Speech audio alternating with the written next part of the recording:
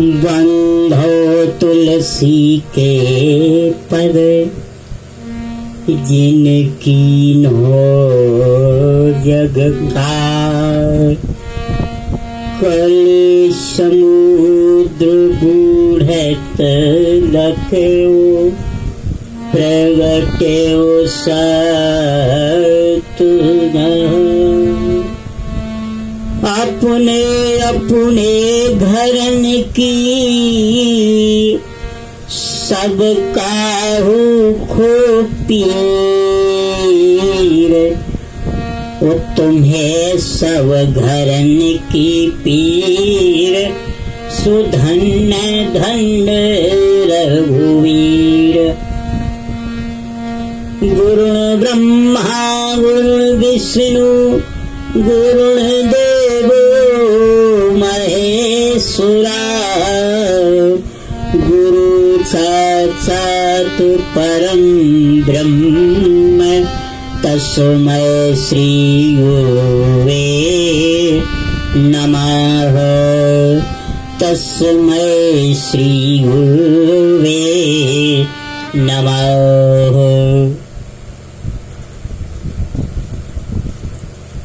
सुखदेव जी महाराज राजा परीक्षित से कथा प्रसंग करते हुए वर्णन करते हैं।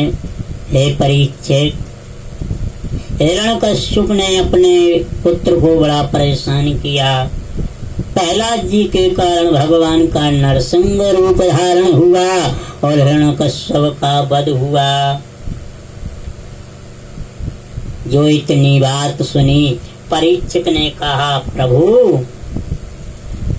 जग में ऐसा कौन पिता होगा जो पुत्र के वध के पीछे पड़ जाए। भगवान ने किस कारण से नरसिंह का रूप धारण किया, कृपा करके यही वर्णन कीजिए। सुखदेव जी कहते हैं, राजन, जब भगवान ने बराह अवतार लेकर हिरण्याक्ष का वध किया, पृथ्वी का उद्धार किया, ये सुन हिरण्यकश्यप बड़ा क्रोधित हो गया।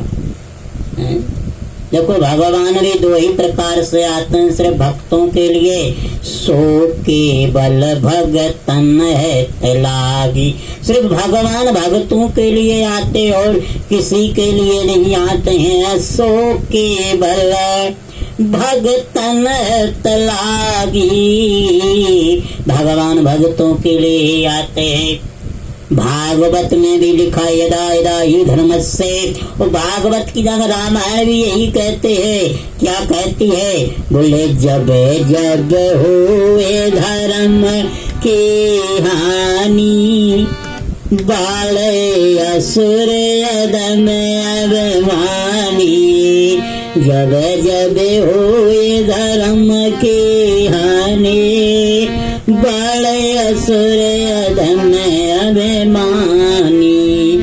तब तब प्रभु धरो विविध शरीरा, तब तब प्रभु धर हो विविध शरीरा। हरहु कृपन दशा जन तीरा, हरहु कृपन दशा जन तीरा। जब जब हो धर्म के हानि, जब जब हुए धर्म के हानि। देखो, दो होती हैं, एक हानि होती है, एक गलानी होती है। भगवान दो ही में आते हैं। क्यों? बोले, सो केवल भगतन है तलागी, ये धर्म की हानि है। और गलानी बोले, अतिशय देखी धर्म के गिलानी, वो अतिशबीत धरा अकलानी। जब पृथ्वी पर बोझ पड़ता है संकटों का, तब धरती अकुलाती है, गलानी होती है। तो हिरण्यकश्यप ने इतने पाप किए, इतने अत्याचार किए, जिससे धरती भी अकुलाने लगी। और रावण के भी अत्याचार से धरती अकुलानी है। महाराज, जितना भार मुझे इस पर्वतों का नहीं, उतना इसका है। सो केवल भगतन है तिलागी। केवल भक्तों के लिए भगवान आते हैं। सुखदेव जी कहते हैं, परीक्षित,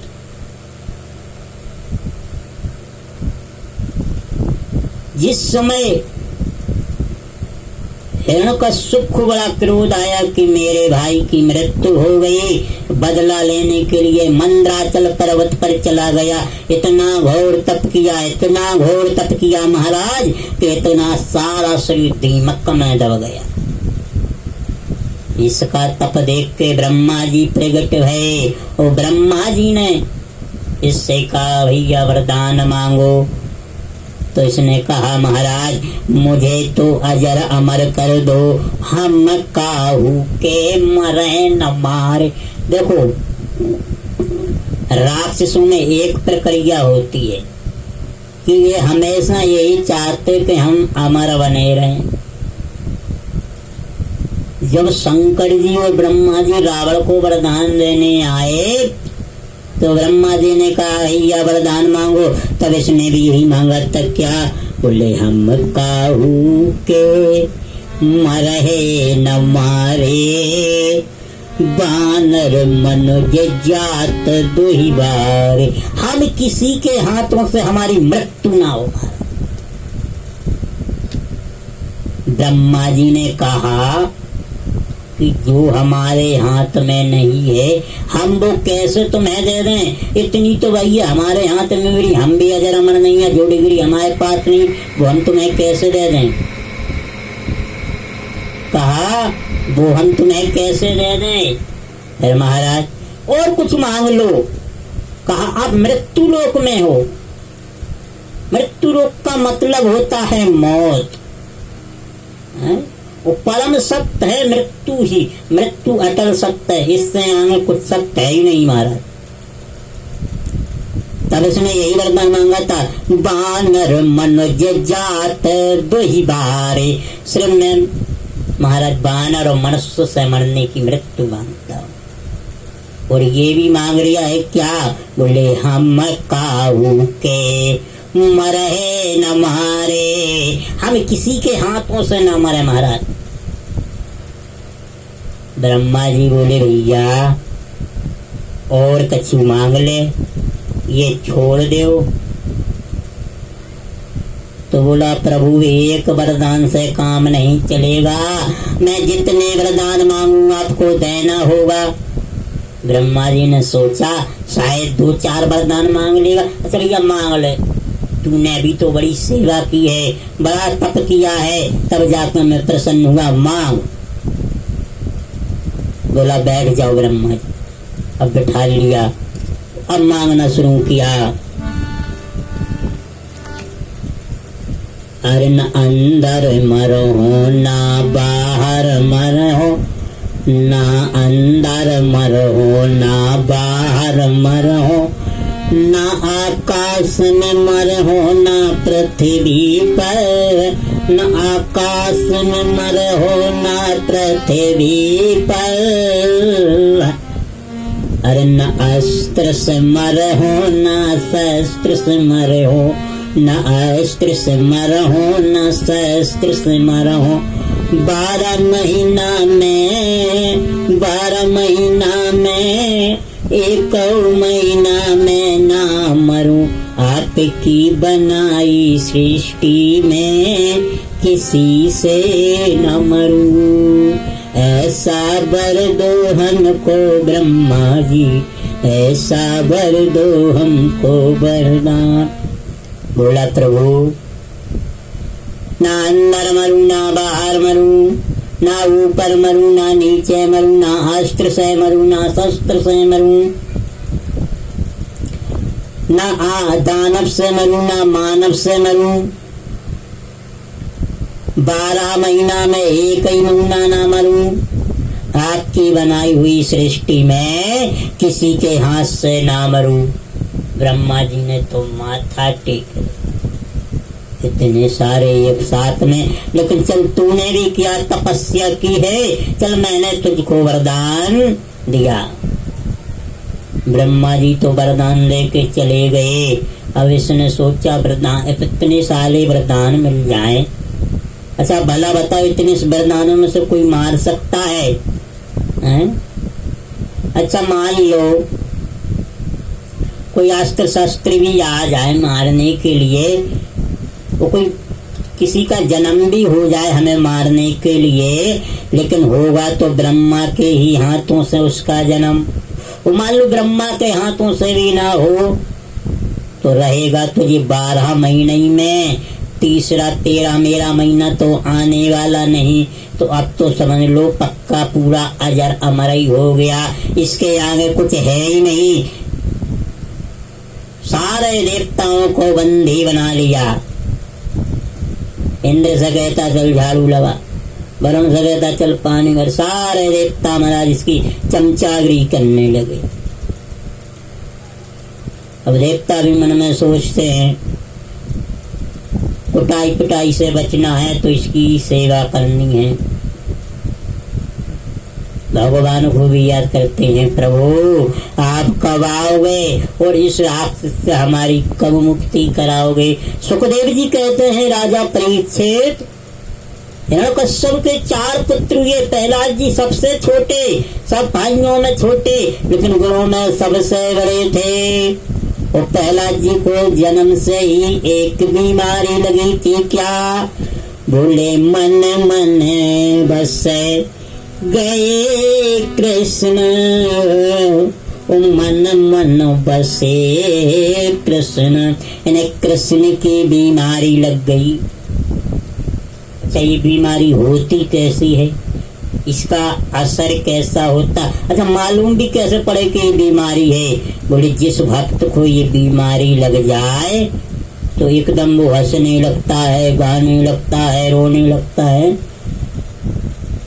ये चढ़ती है उतरती है, ये चढ़ती है उतरती है, हकीकत में मस्ती नहीं है। अरे चढ़ती है उतरती है, हकीकत में मस्ती नहीं है, वो हकीकत में मस्ती नहीं है। जो भगवान को भज ले वो भगवान का प्यारा हो जाता है। सुखदेव जी ने कहा राजन, जिसके अंदर इतने गुण भरे हो उसे भगवान चाहते हैं। जिसमें अंदर से ही इतने गुण भर जाए, जन्म से ही गुण भर जाए। अच्छा इनके गुण भरने वाले कौन थे? बोले नारद जी थे। अच्छा इनके गुरु नारद जी थे। नारद जी ने ही पहले गुण सिखा दिए महाराज।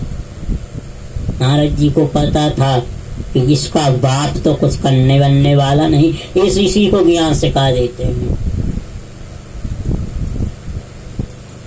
सारे ज्ञान इसी में भर दिए महाराज।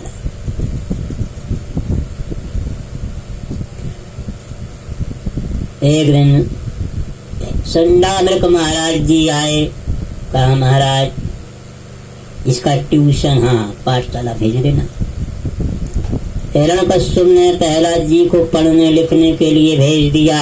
अब अंतर ये था कि जो गुरु जी पढ़ावे वो तो पढ़वे ना, और जो ना पढ़ावे वो पढ़वे। अब गुरु जी पढ़ावे कूटनीति, राजनीति, राक्षसों की नीति, अधर्म नीति, और प्रहलाद जी पढ़े एक ही क्या, भगवान का नाम। अच्छा एक संत, अयोध्या में एक संत जी रहते थे,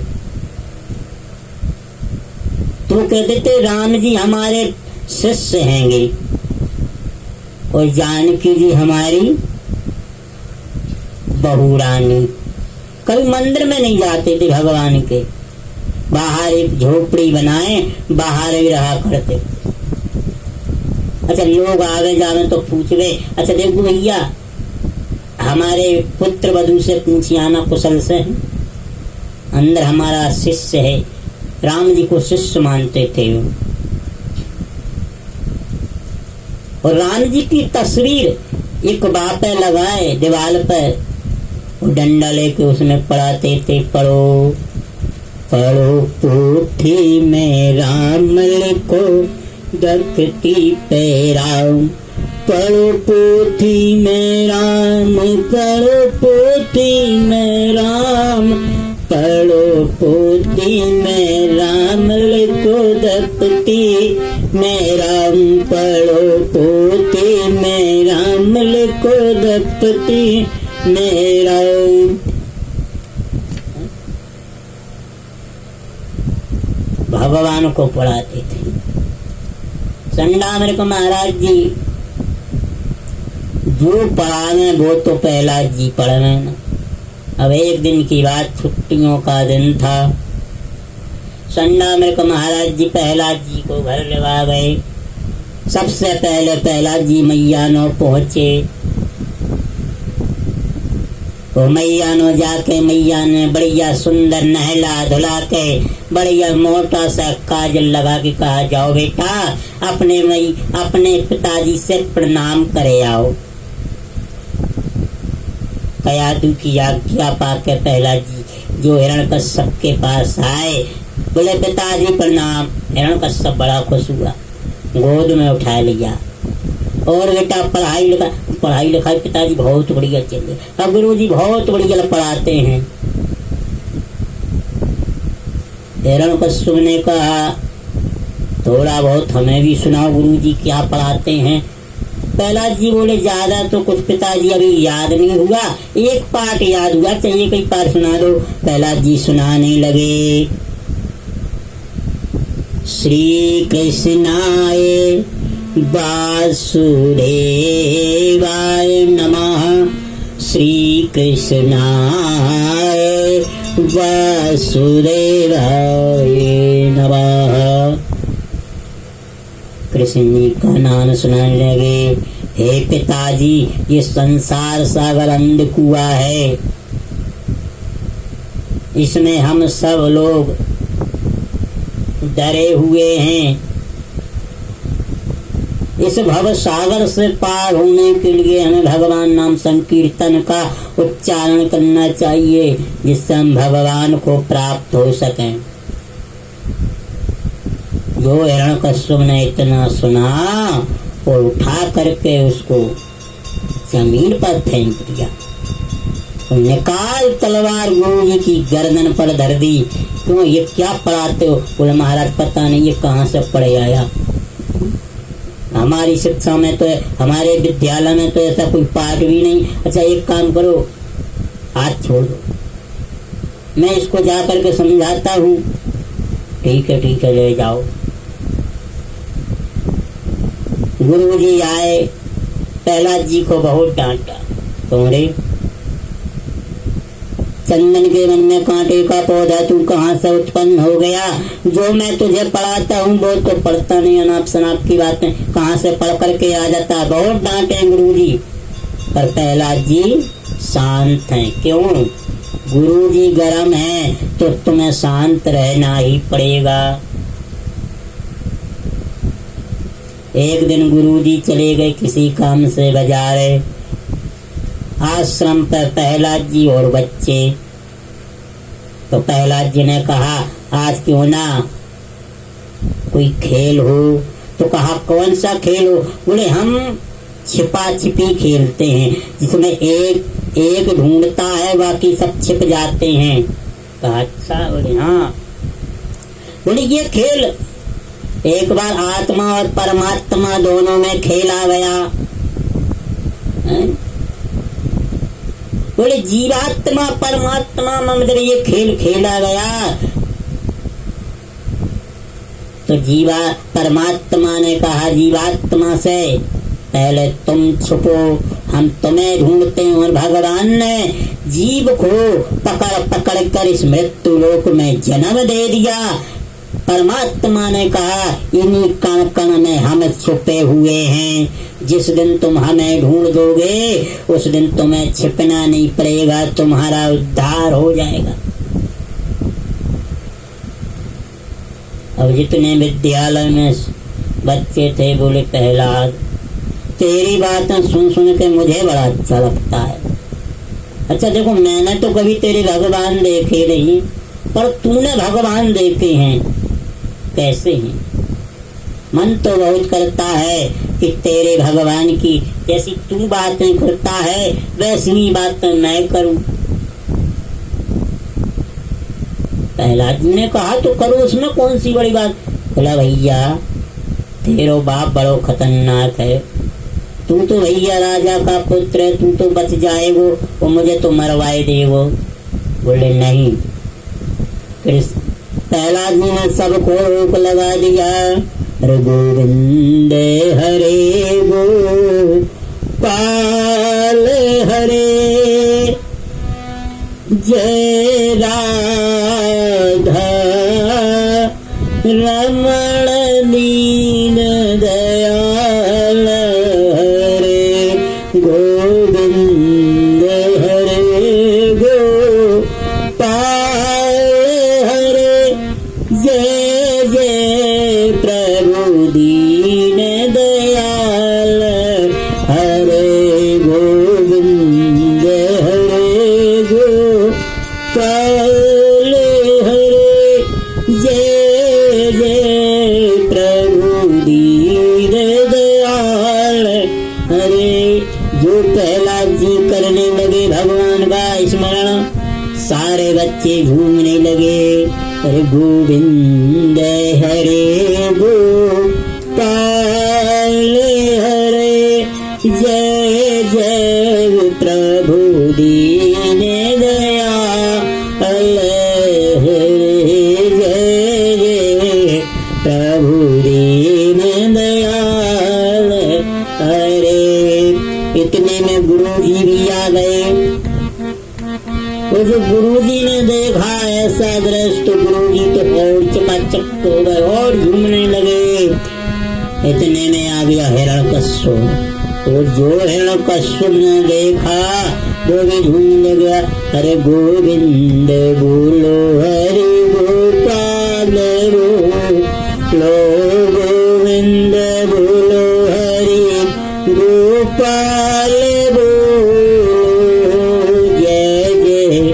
हरे जय जय प्रभु दीन दयाल हरे गोविंद हरे गोपाल हरे जय जय प्रभु दीन